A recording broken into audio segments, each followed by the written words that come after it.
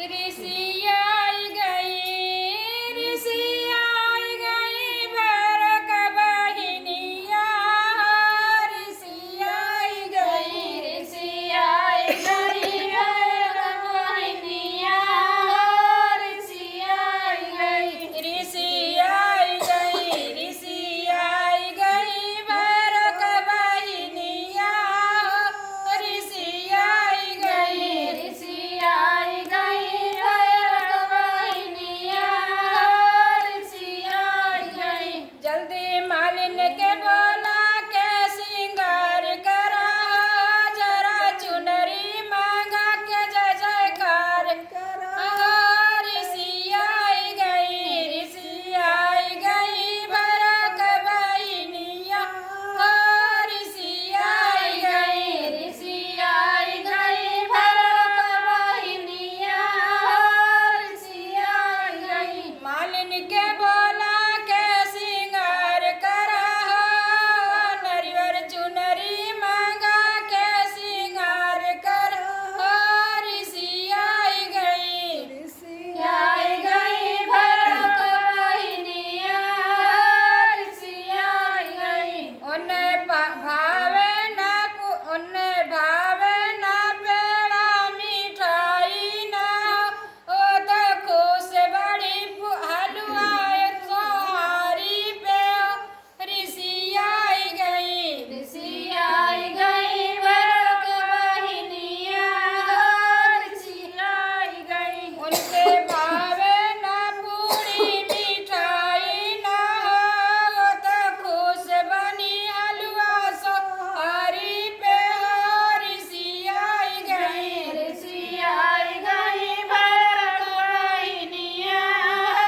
ऋषि आई गई, ऋषि आई गई भरत बहिनिया,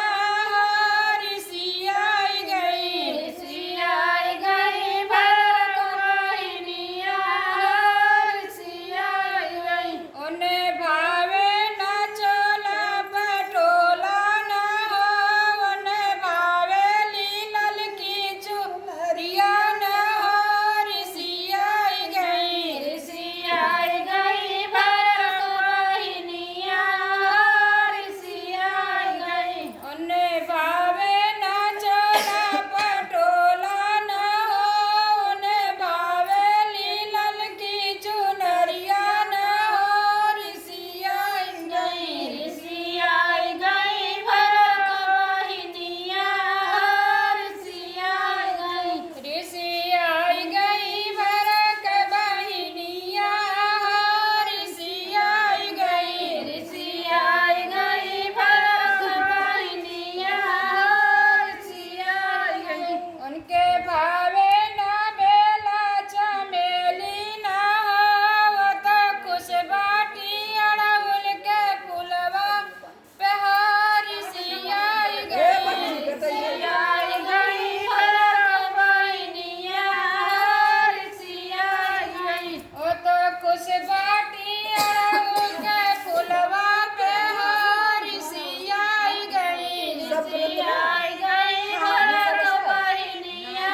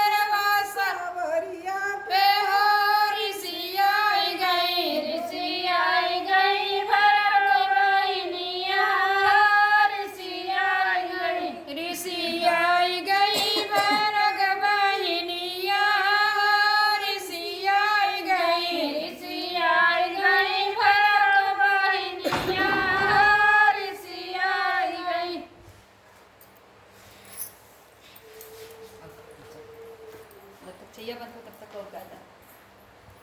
अब लाइक करो